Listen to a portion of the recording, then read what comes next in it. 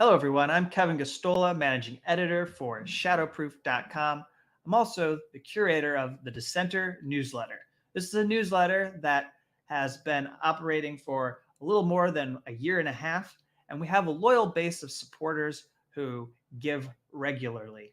And now I'd like to ask that some of you who are regular readers and some of you who are introduced or being introduced to the Dissenter for the first time take a moment to give to us so that we can fund more reporting, more journalists at the Dissenter. The Dissenter is a space for coverage of whistleblower stories. We also have used the newsletter to extensively cover WikiLeaks founder Julian Assange's case.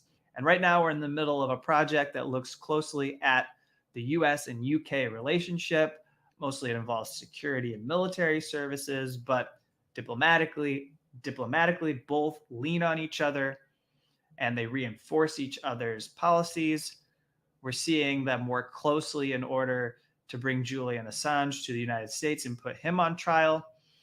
And Mohammed Almazy and Kit Klarenberg are working on stories that cover this relationship. In fact, Mohammed already published a piece on the Official Secrets Act proposals that are in the works, likely to add to the threats to press freedom that already are present in the UK. And the expansions seem to be modeled off the success of Espionage Act prosecutions in the United States. And one of the more alarming aspects of what Mohammed presented at the Dissenter is the fact that the case against Assange could become normalized through the Official Secrets Act's expansions if those are all adopted. Because it would mean that people who are not British residents, people who are from outside the UK, could be prosecuted, might find that they are guilty of offending the Official Secrets Act and could be punished and jailed for as long as 14 years if the government wants to sentence someone that harshly. Kit Klarenberg already wrote a two-part series for us on the CIA, looking at the way in which it funded and backed these experiments that were done on orphans in Denmark around a half century ago. And we'd like to have more work like this, not just from Kit and Mohammed, but also from other journalists and writers. If you would like to contribute, you can go to newsletter at thedissenter.org. If you would like to pitch the newsletter and have your work appear in the Dissenter, we'll listen to, we'll read what you send and consider what you are proposing and do the best to be extremely fair about paying you well and acknowledging the work that goes into your report. As an independent media outlet, we're able to do pretty well in honoring people who come to us with work and treating them fairly. The reason we're doing this right now is because I'm working on a book project on Julian Assange's case. It's due to be released in early 2023, but then that means I have had to step back from the Dissenter, and I'm not publishing regularly to the Dissenter newsletter.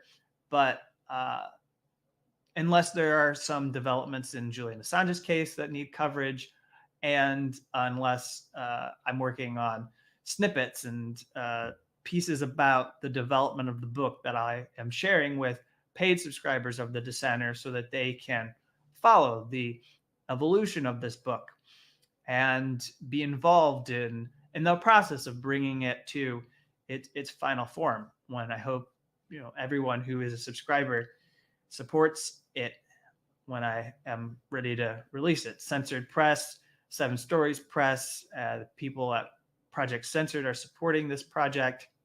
So I'm hard at work putting together this book.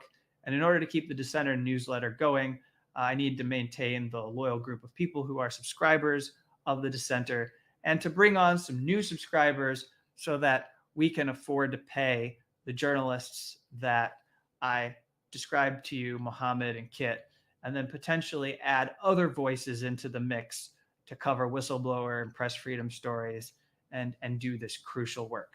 So I ask you to give if you can, and if you can't, to share and maybe ask others in your social network to become subscribers of the Dissenter. Tell them about the Dissenter.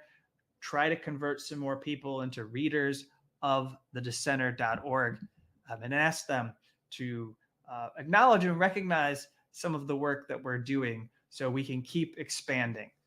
The work that we do on whistleblowers is intended to go beyond what typical establishment outlets do, viewing most of these whistleblower stories through a partisan lens. We want to acknowledge the risks that whistleblowers are taking, whether they work at corporations, whether they work at an institution, nonprofit, or in a government agency. It's not always about national security whistleblowers, but that has been a primary focus at the Dissenter over the last 2 years, because that is a lot of the work that I've done in covering Espionage Act prosecutions. So thank you for listening to what I have to say, and thank you especially to those people who have given to the Dissenter, and I will see you around.